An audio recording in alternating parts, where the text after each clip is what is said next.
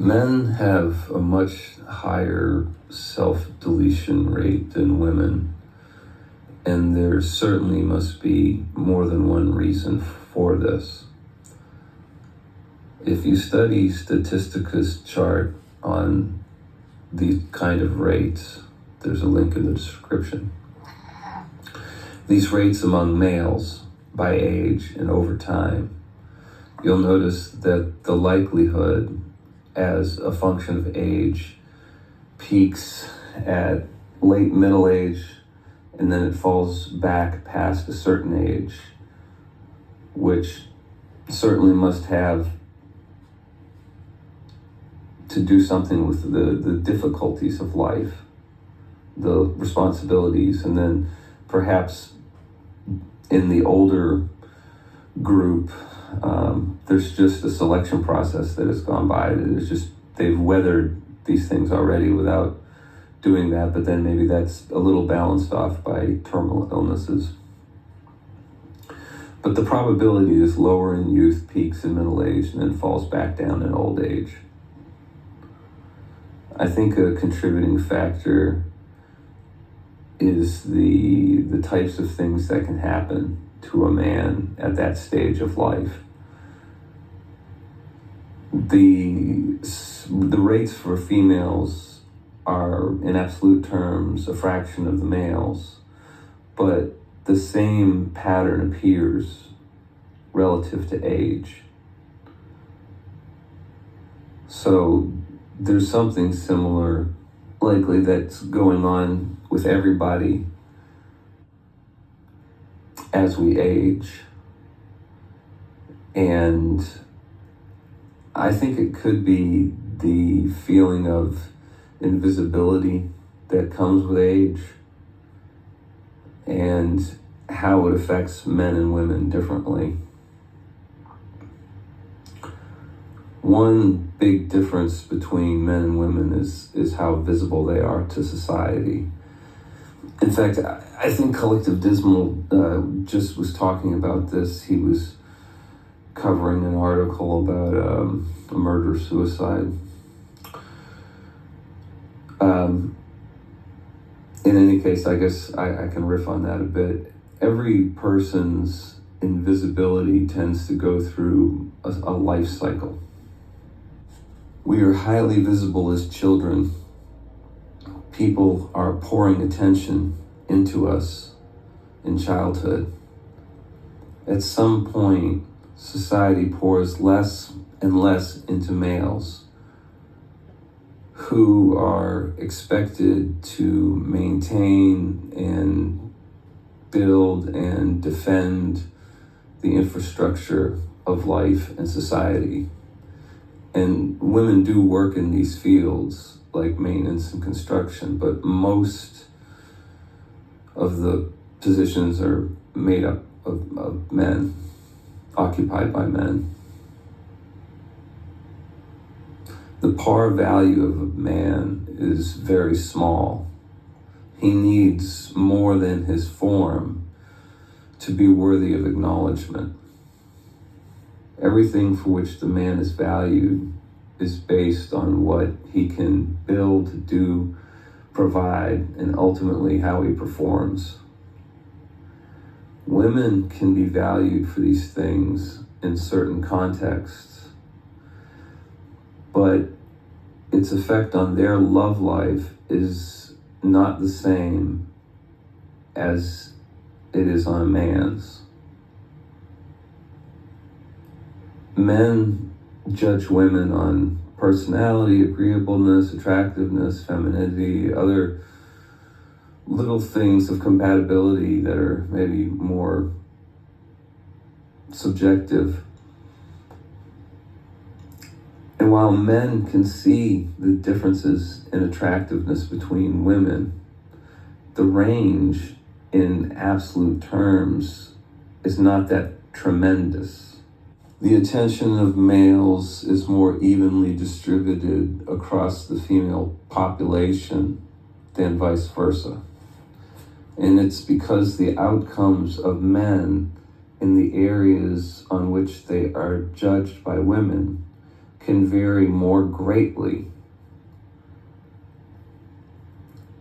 There are levels of success relative to other men that women can't really achieve relative to other women in terms of their attractiveness to the opposite sex. There are men who are hundreds of times more appealing than the next guy because they have some rare thing like wealth, fame, looks, mind, personality, all rolled into one. Or maybe they don't have all that, but just a few of those things, but in a very superlative way. These areas of performance allow for a much greater range of outcomes for men than for women in terms of access to the opposite sex. There have been men, kings like Solomon, and perhaps some sultans who have had hundreds of wives. I know Solomon had over 700, and then probably hundreds of concubines. But I have no knowledge of a woman who has bonded herself to that many husbands simultaneously. That's just not a thing, really. There may be some instance that I'm not aware of. It wouldn't surprise me, but it's not as common as the opposite. I don't think there's a man who can really have any woman he wants, because nobody is loved by everybody.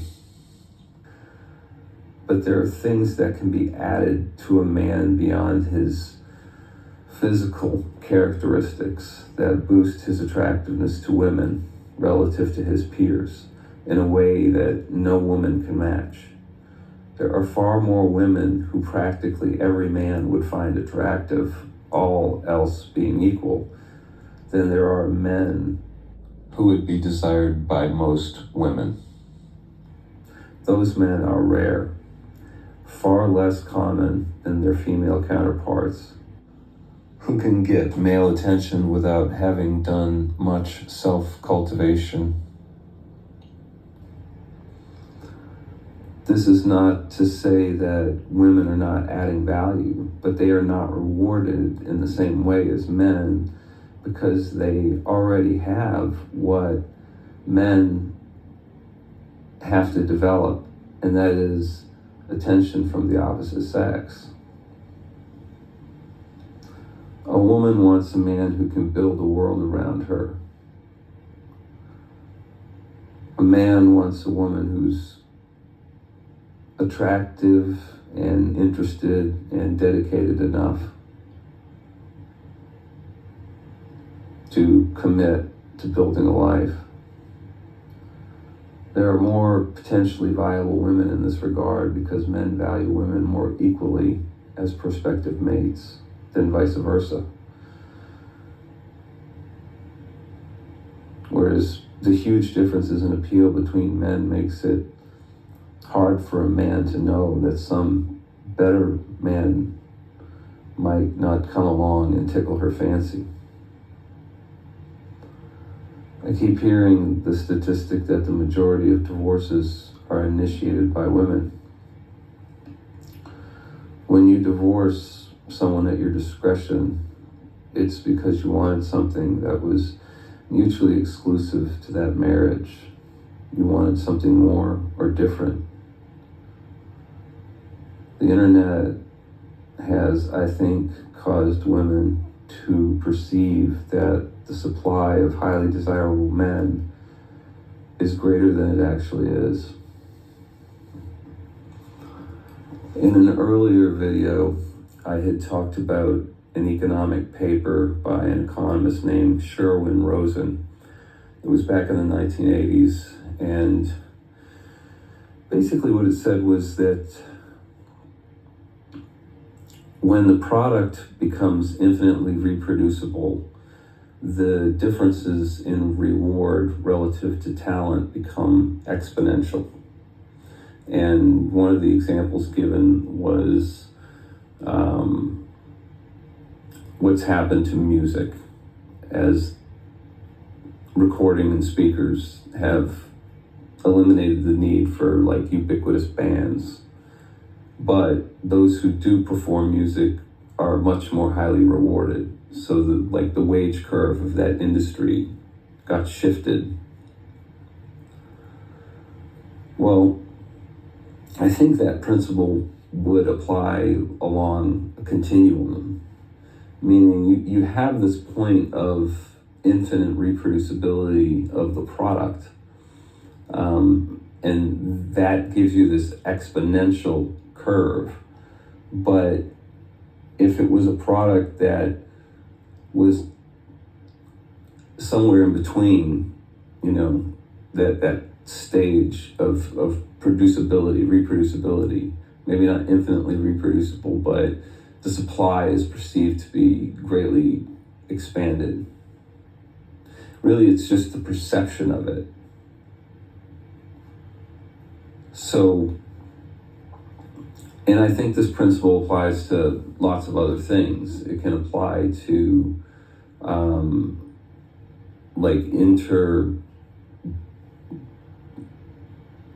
relationship dynamics, like the whole prospects of people to mate successfully. So like the internet has expanded the availability of people to one another in a way that allows for sort of like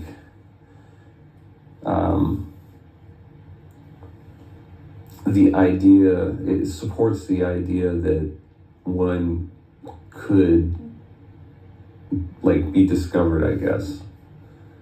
That's not like a thing I think that men so much fantasize about, like in a hypergamous way, but the nature of men is such that they pursue women, and the qualities that make them attractive to women, if they have them in enough abundance and they have the availability and the bandwidth, they will definitely spread themselves thin around. So they create a perception through this technology that makes them available to everybody of greater availability of themselves in the marketplace than there actually is. So it's like they counterfeit themselves. So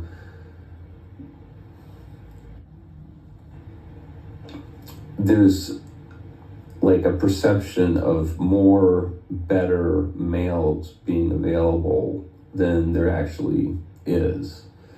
And I think it's making it difficult for women to ignore the idea that there's maybe something better for them out there. And so you're getting more of these discretionary divorces. So, whereas in the music example, the effect is you have a lot of unemployed musicians. Until then, you just don't have as many musicians anymore because you just don't need them. Well, the effect on men is there's just less demand on men, on the lower end of sort of the skill curve, for lack of a better way to put it. There's much greater demand on the, I hate to use this word high because I hear it everywhere, but high value male. There's much greater demand on them and far less demand on just sort of regular guys. That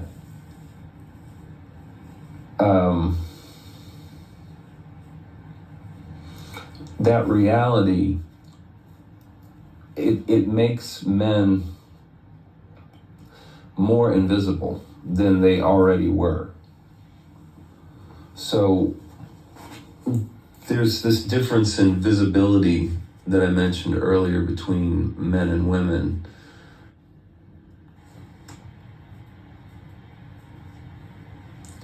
And really, your visibility to the opposite sex has to do with their perception of your meeting their criteria. And men and women just have different criteria. And the number of men who meet the female criteria is fewer than the opposite, than women who meet the male criteria. So you have a lot of invisible males. And males are more accustomed to being invisible, I think on average, just because of the difference in the way men and women operate. It's not a normative statement, just a positive one of how it is. So a man's visibility, he has to build himself. There are all the different parameters that he can work on. Now, this same applies to women, obviously, but for a man to get his visibility, he has a certain hand that he's been dealt, and he has to play his hand. And if he does it successfully, then he will have found a way to draw people to himself, because no man is an island, but you do have to provide something. You have to pay your way somehow. And men accumulate that over time. And while they do diminish in looks, it's not as dramatic in the eyes of women as it is in the eyes of men who are looking at women as they age. Women are obviously more visible because men are more visual.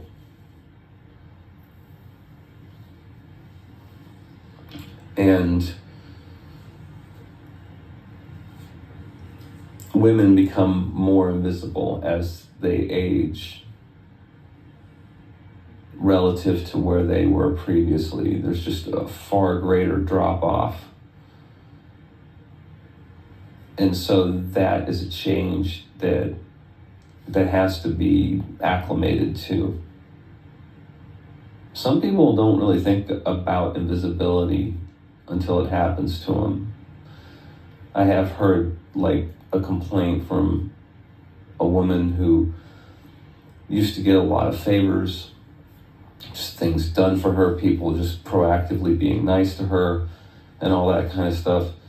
And she just noticed when all that stopped, and her comment was of thinking the world had changed. No.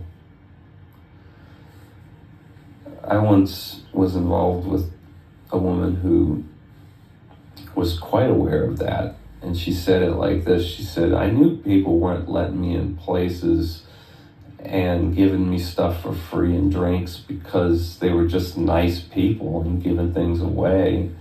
She understood that wasn't going to go on forever. Some people don't understand it.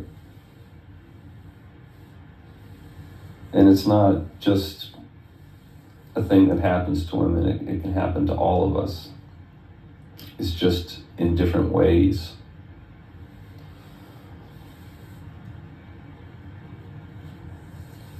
The world is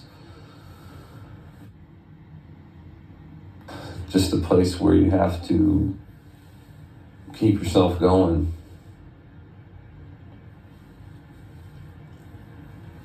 and to find a reason to keep going. And ultimately, it's living for other people that keeps you going, I think.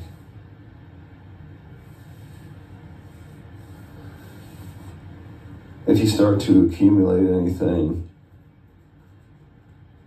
there's going to be people around you who need it, and I think that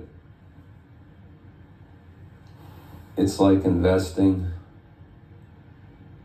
in people.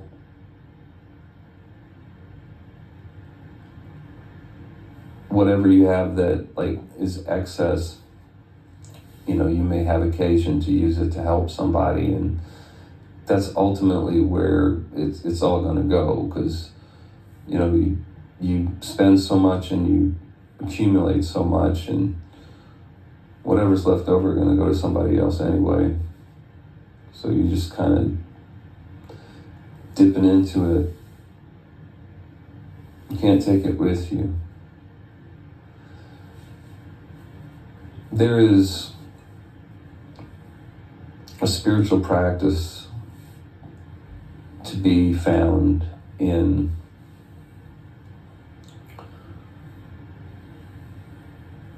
questioning ownership of things. It can be easier to do when you've lived long enough to see things go from being new to being old. When you're little, the world seems very static, because you just haven't lived long enough to see anything get old. But when you have had to maintain things over time, the weight of ownership comes upon you a bit, and you start to get more of a sense that the more things you have, the more things have you. That's an old saying. The weight of ownership can cause a crisis of sorts. It's like treading water, and something might come along and cramp you or pull you down, some unfortunate event. The fear of that can cause one to consider letting go of the idea that anything is owned. When you face the loss of everything, you may internally surrender to its inevitability well before it happens. That is to die before you die.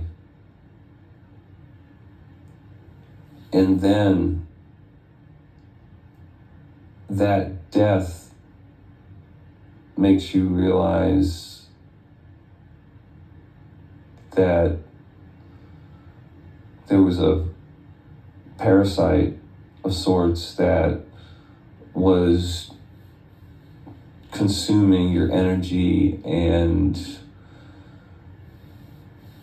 modulating it. And that is what died in the surrender of being the one to own everything. So these objects may be connected to the body, but the body's impermanent. So that relationship is impermanent. And when combined with the question of what is the self, the body, each part of it can be taken away without losing the self. Each cell, any one cell could be taken away, and the self, the perception would not be interrupted. So there's something synergistic, and this is getting into the question of consciousness, but there's something synergistic that happens when gross matter, like what's in the soil, right? All life comes up from the soil. When gross matter is then converted through bodily processes from like gross energy to subtle energy, thoughts generated by this body, the gross body, turns topsoil,